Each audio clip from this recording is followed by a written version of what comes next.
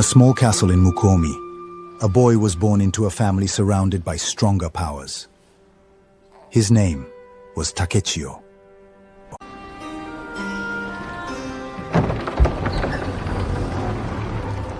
His homeland was trapped between powerful warlords. Before he could choose his own path, he became a hostage.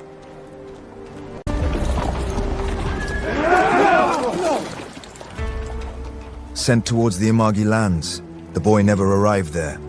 Betrayal on the road delivered Takechiko to the Oda clan.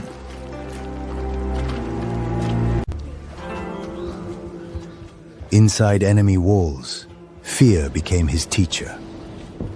The child learned to watch, to wait, and to say nothing.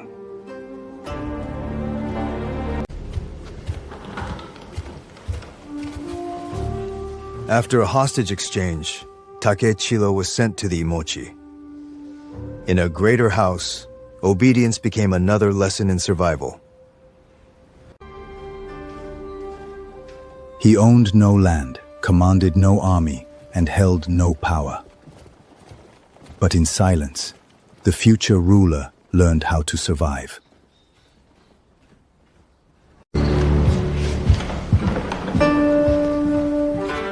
The hostage boy had grown into a young warrior, but Motoyasu still served the Imagawa clan.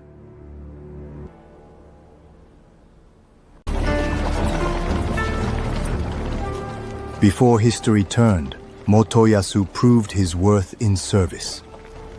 He led supplies into Odaka Castle for the Imagawa cause.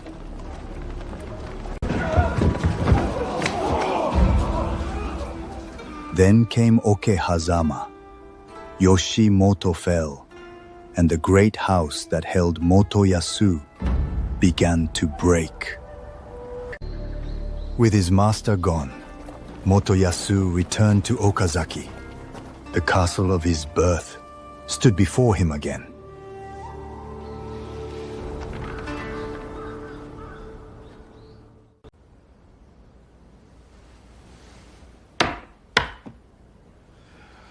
In Okazaki, Motoyasu faced a choice: remain a servant or rebuild his family's house.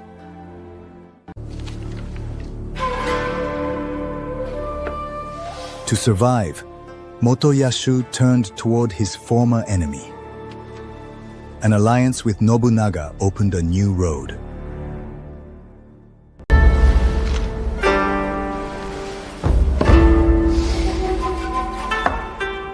The alliance with Nobunaga gave Motoyasu a path forward, but that path led straight into war.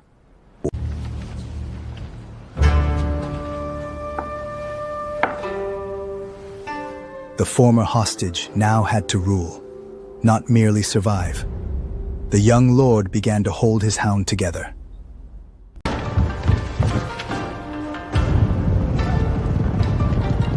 From the north, a far greater army began to move south.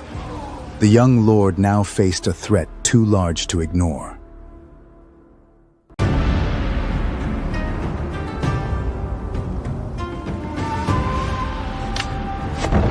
At Hamamatsu Castle, Motoyasu chose not to wait behind the walls. He rode out to face the storm.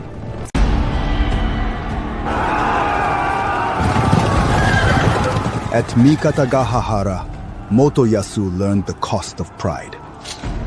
His army broke, and survival became the only victory.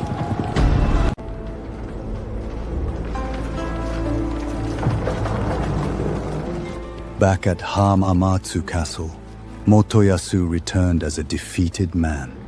The lesson would never leave him.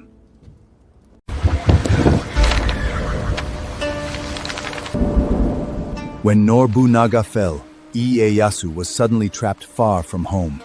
Survival now meant moving before the world closed in.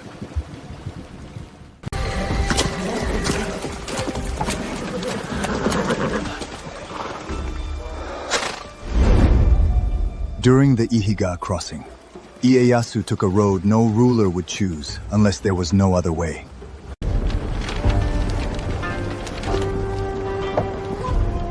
On the battlefield, Ieyasu proved he would not be swallowed easily.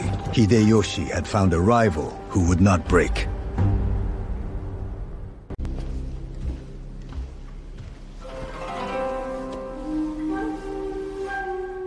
Before Hideyoshi, Ieyasu chose submission.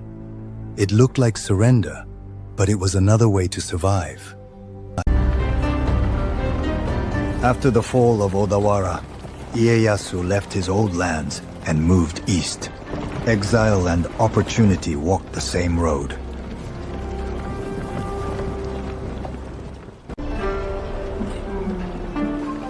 In Edido, Ieyasu found no finished capital, only marshes, rivers, and unfinished ground.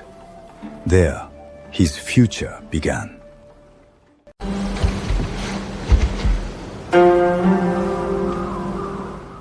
After Hideyoshi died, Ieyasu stood at the center of every uneasy gaze. The peace he left behind began to crack.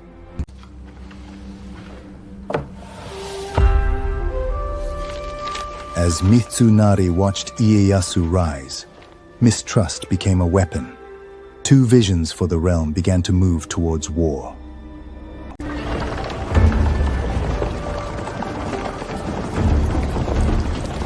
Across the country, the Eastern Army and Western Army began to move. What had been suspicion was now becoming war.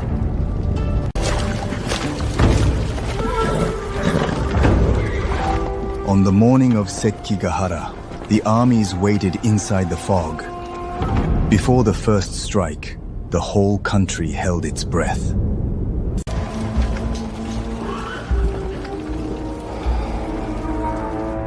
Then a force that had waited on the hill turned. In moments, hesitation became betrayal, and betrayal changed the battle.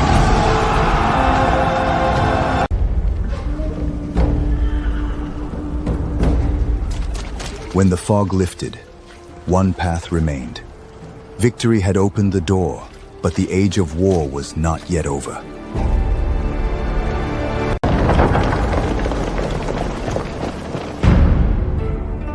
After victory, he turned power into office. The warrior who had survived the age of war now became shogun.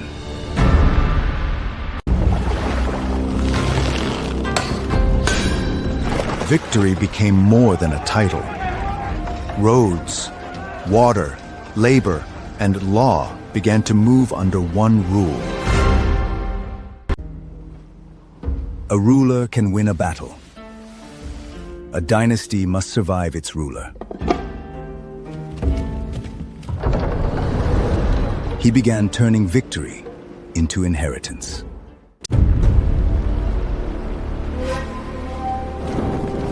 Osaka Castle still held the last fire of the old order. Peace could not begin while that flame remained.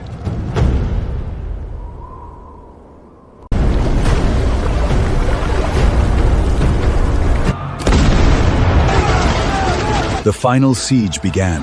Smoke covered the walls, and the last fire of the Age of War burned itself out.